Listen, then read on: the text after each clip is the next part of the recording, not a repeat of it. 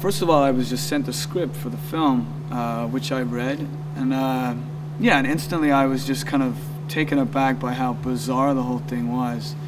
And I remember being pretty like wow, I mean, I knew that it was an exciting, you know, idea, but I really didn't kind of know how it was going to kind of play out. So I mean, I guess the next thing that happened was I agreed to meet Juan, the director, and it was really then, and the minute I met Juan, I knew straight away that I wanted to do it, and I wanted to make it with him, and that he was going to create a world that was going to be a really exciting place to kind of exist in, I think.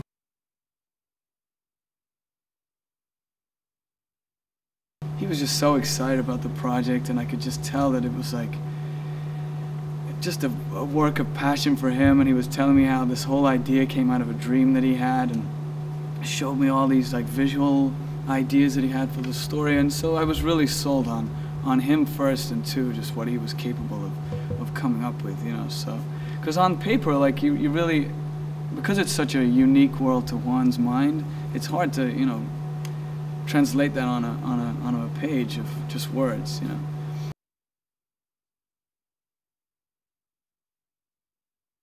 He's just a larger-than-life character in every way. I mean, he's just, to his own admission, a complete extremist, you know. So he's just, I mean, because it's been a tough shoot, and it has. It's very technical, and it's been, I know for him too, it's been, you know, a lot of hard work, and you're constantly having to think. But I mean, I don't think I would have got through it if it wasn't him at the reins. You know, he's so much fun to be around with. He makes me like laugh every single day. I mean, has me in like fits of laughter every single day.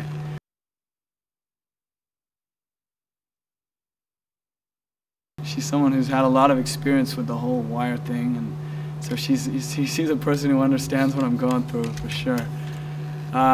You know, she's just instantly, we met in New York, I remember, before we even, you know, a few months before we started shooting the movie, and I knew even then that we were just going to have a really good time. It was going to be a really good group of people, and I couldn't have asked for a better person to play Eden. You know, she's an amazing actress and a lot of fun. We're strapped up on these wires together for, you know, hours and hours at a time, so like, yeah, you need to really get on with that person. So luckily, we became very good friends.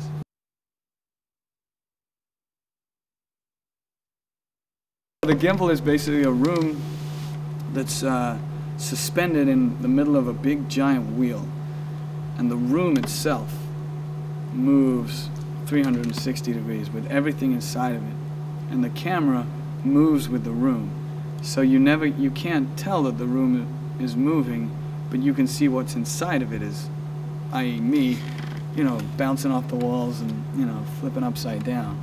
So that's a pretty, I mean, it's a pretty hard one to do.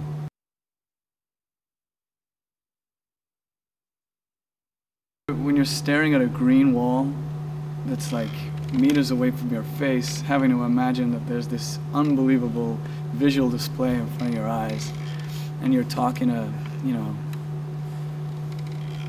crosses on the wall and tennis balls that are hanging here, and because we can't even use the actual person for an eye line because that person's up in the sky, you know, so when they move, you have to switch from that mark to that mark, and that's them sitting down at the tennis ball, and when they go to the desk, that's them over there. So you have like 5 different eye lines for that one person as they move around the room, you know, so it can get pretty complicated, you know. There's one thing doing green screen and looking at the person in their face with all this stuff going on behind you, but it's another thing really not having anyone to kind of, you know, act back at you.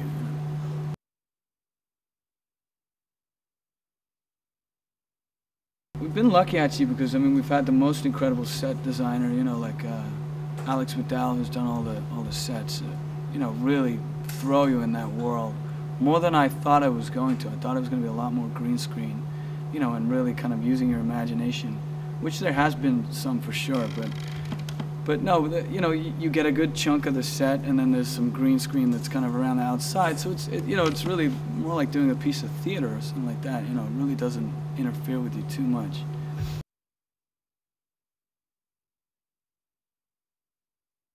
It's one of the biggest characters in the film, really. Constantly trying to work out what would happen if I was in the wrong gravity and I did this, or if this object is from this world, what would it do? How would it move? Would it be flying back up into the air? I mean, for the team around us, and for myself, is when you're acting, you're constantly having to think about which gravity you're in, which, you know, what your clothes would be doing, you know, all those things, you know.